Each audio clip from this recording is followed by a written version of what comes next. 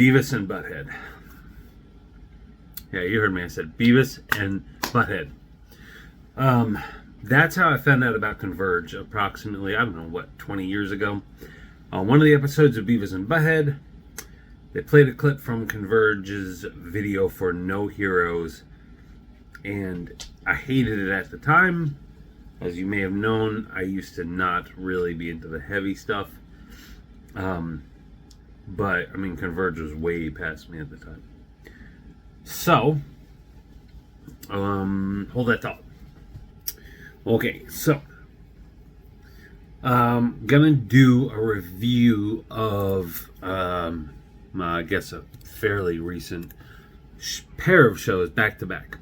That was Converge, Def Club, King Yosef, and Entry. And Converge was the headliner, so in that order, I'm just pulling up my notes to make sure I'm not dumber than I am. Okay, so this was October 2nd and 3rd. So October 2nd, the show was in Seattle at El Corazon. And then October 3rd, it was in Vancouver, Canada at the Rickshaw. So, as I said, Beavis and Butthead was my introduction to Converge. But really, all of the bands are very new to me. And I know I go to a lot of shows, and I've been listening to metal for, 30 years. But there's so much, and there's so much that you skip over, and then at what point do you go back? And there's all this new stuff. So let's start with new. Oh, and by the way, I'm probably not going to do a lot of show clips during the reviews. I may in the future. If you would like to see little clips, let me know in the comments. I'll try to throw up some photos, though. So they'll probably be over there or maybe over here. I don't know. But I will. The links for the shows will be down in the description. Okay. So Entry, definitely new to me, but I liked what I heard right away. So I listened to a little bit, they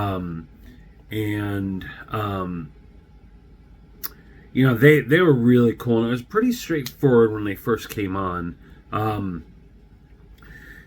High energy vocalist, and the rest of the band just jammed out. They were great, really good energy, really good timing together. But the band itself didn't move a lot. The vocalist, Sarah G, is just back and forth, and it's she's shorter, but it's like a saw, right? Like saw woodshop class, right? Table saw. Not a lot of height to it, but just mean and high energy. So obviously I mean that in a positive way.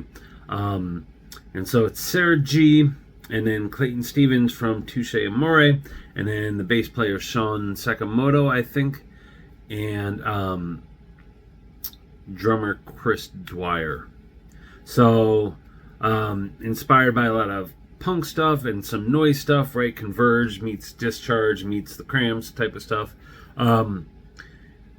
Both nights, Entry did great, and they won over a lot of fans. And seeing them the first night on a smaller, more constricted stage, right? If you've been to El Corazon, you know what I mean. There's a pole in the middle of it, and there's just not a lot of dimension that you can utilize. So seeing them the first night made me really excited to see them the second night at the Rickshaw, where they had a lot more room, a bit more detached from the audience, but more room for the bands. And so the first night they went on, they crushed. The crowd loved it. It was a great start. And it was nice because all the bands in their own way were noise, but different types of noise. And so second night, picked up a shirt from Entry. The band had more room to move, and you could see it because they were more... It was like going from having tightness in your chest to being able to breathe fully. They just looked far more comfortable. And I think because there was more room, the sound was better. Not that they did anything wrong the first night. I think that they just had better sound the second. So, Entry... don't sleep on them because the music was good, the performance was good, and I know that they've had a lot of really cool opening slots for people. So I think This is a band we're going to see continue to rise on their own. And I'm excited because they don't feel, what's a way to put this? They don't feel standard. They don't feel like a band that you're going to say, all right, these guys are cool, check them out. And then like they'll kind of plateau. They feel like they're going to keep going in different directions and do well in those directions, regardless of like commercial success, which I know is important for their livelihood.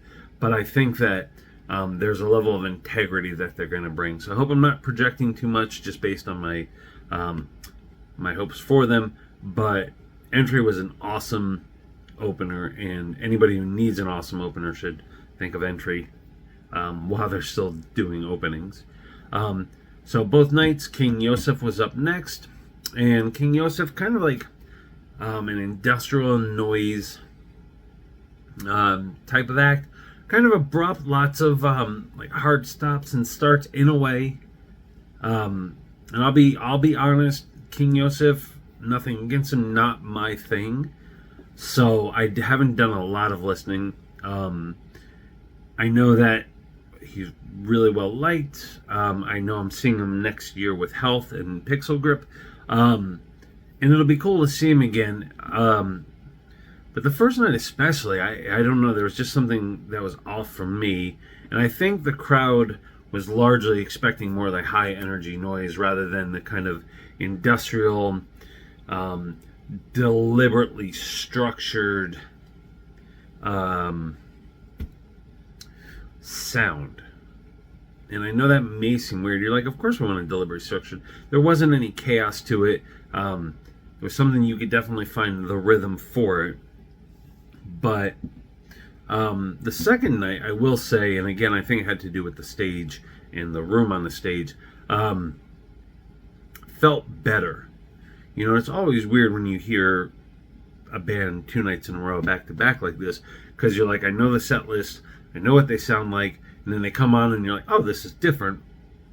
And you know, King Yosef isn't a band that I would go out of my way to see. This is me personally. I'm not talking about fandom as a whole, but you know, it'll be cool to see him again. I think that'll just be a band that I won't ever, you know, really be behind. So check them out. Always, I don't care who's reviewing what, always check a band out. Always give them a shot. Always listen to several of their pieces, because you never know. But King Yosef, the crowd did enjoy them, and it was an interesting break between the kind of punk energy that Entry brought and then the chaos that is Def Club. And I just found Def Club earlier this year, when they opened, or when they were supporting Greg Puciato. I believe that was the show. And I was blown away. I didn't know, and again, feel free to point and laugh, I didn't know anything about Justin Pearson. I've heard of The Locust. I didn't know anything about him or Def Club or anything. So I didn't know what to expect. And man, was Def Club, I mean, both nights, just incredible. And I got the second night, I got their full set, so that link's down below. I mean, one of the loudest bands I've ever seen, one of the most frantic, ungraspable bands, and I mean, like, you can't just sit there and watch and listen. You have to keep up. And I love it when a band makes the audience work like this, because I can just listen to music at home. I can watch videos, but I want to go and I want to see, and I want the band to make me tired because of how much they're putting in, even if it's not necessarily high energy. Now, granted, Def Club is high energy. And Pearson, I mean, the whole band does great. Pearson is an entertaining front person in more ways than one. But so the first night, I think the not cramped, but the more, you know, condensed stage setting of Elko made Def Club seem more chaotic. Because you can also, right, there's like this much room, between the band and the audience, depending on where everybody's standing. Whereas at the Rickshaw, the second night, there's a lot more. There's a photo pit, and the stage is higher and further back. So, and Pearson does interact with the crowd, and so like the second night, he went out into the crowd, but it wasn't quite the same, right? He's not like bending and contorting and screaming in your face. So, but Def Club is a band you have to see. And they're a band that anytime they come around, I will absolutely see them. And I've been getting more and more familiar with them, and it's incredible. And I've seen,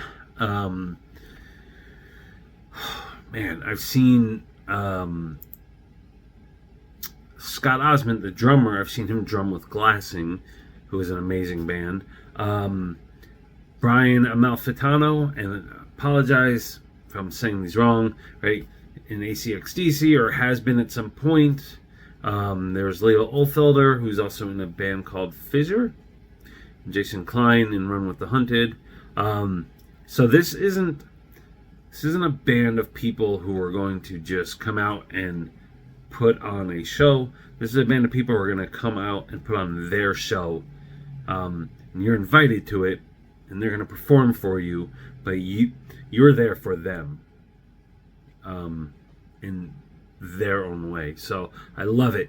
And I love it because you have to go in there and work, and you may not love the noise and the chaos, but it's hard to walk away from it and say, I didn't get anything out of that. I didn't enjoy it. This is something I've seen before. Like, you just can't.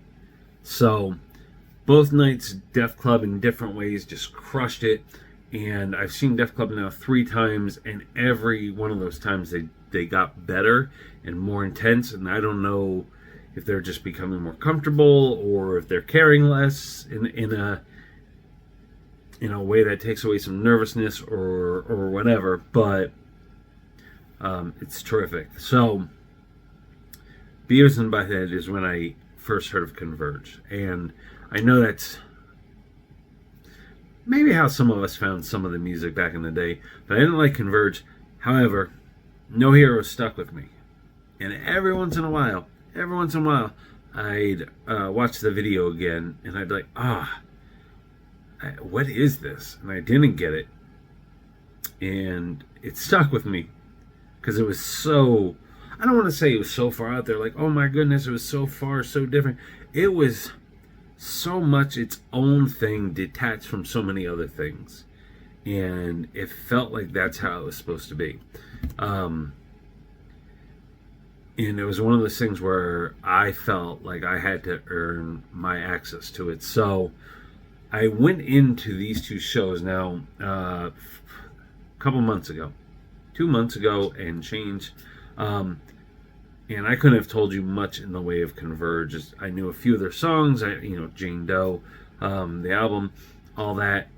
And I was expecting kind of like a Def Club type performance, and I was so thankfully wrong, because both nights, regardless of the setting, were approximately the same in their delivery and performance.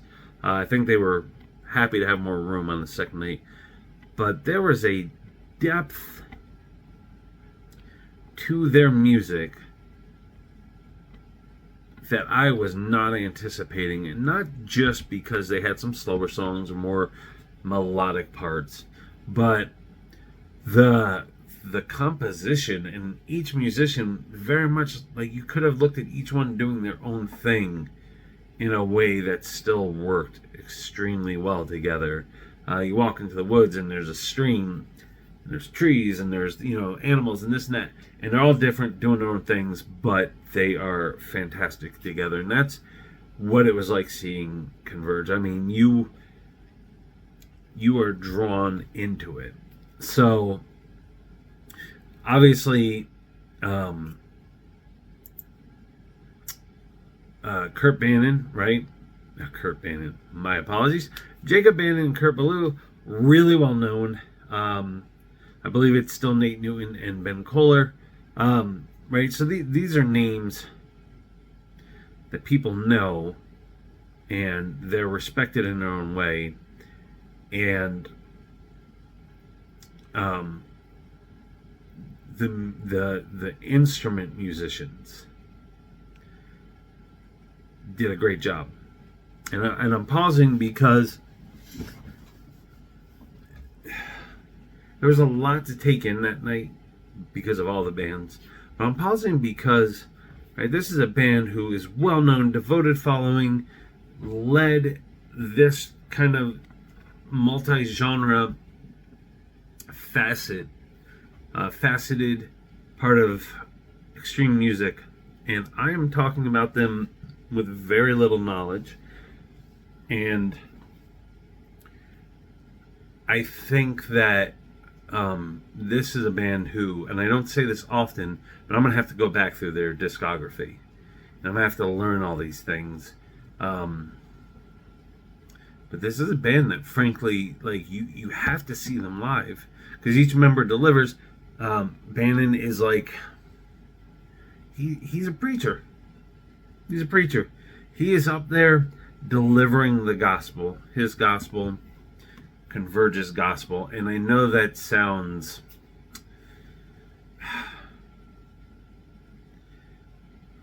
probably trite or overused or something, but you have to see it. You have to see this person up on stage, and maybe it is per performance. I don't know Bannon, right? But he's up there delivering, and he is preaching something. And then you have the choir, right? The other members, and then you have the people watching this. And I'm not saying this was like godlike. I'm saying there was a community and a mission and a type of devotion that the people there felt. And the crowd, like, watching fans, old and young, new and veteran fans, none of them, from what you can see, none of them left there like, oh, this is a good show, just another show, oh, that was cool. They left there like, holy shit, things are different. That show changed me. So, all in all, I will see Entry again. I will definitely see Def Club again, and I will definitely see Converge again, and I will be much better informed this time. And again, King Yosef, it's nothing against him, right? This is personal taste, right? I don't like every musician that's out there. I think for some people, King Yosef is going to be a pinnacle type of musical act, right? There's intensity, there's a lot of unique time signatures and sounds, and an approach that is, I mean, it's very straightforward. You're not going up there to see this, like, polished, well-presented show. You're seeing three musicians just doing what they do. Well, at least it was three when I saw them. But, you know, again, I know I'm seeing him next year, and I'm fine with it because this is what we have to do. It doesn't matter, because I'd rather have artists like King Yosef up on that stage than stuff I hate or stuff that I don't feel has any value. And I know this is all subjective, but again, right, you're going to these things, and these things impact your lives. And if you're a heavy concert goer, you know what I mean. So, yeah, I encourage you, though, if you want things that are going to alter you, definitely Converge, and definitely Def Club. I mean, frankly, this was a great tour package because there was no nonsense and there was no to do. It was musicians on stage delivering, driving the sounds and the emotion through you, and they look like they enjoyed it. They looked like it mattered to them, and that's a pretty unique feeling these days. I've seen bands that have been around for 30, 40 years get up on stage and they do a good job getting through their set, and that's how I would describe it. Not with these bands. So, comment below. What do you want to see in these reviews? Do you want to see video clips? Are you okay with just a few photos? Should I shut up? I don't know, but I'm not gonna, so put something else there. See you soon.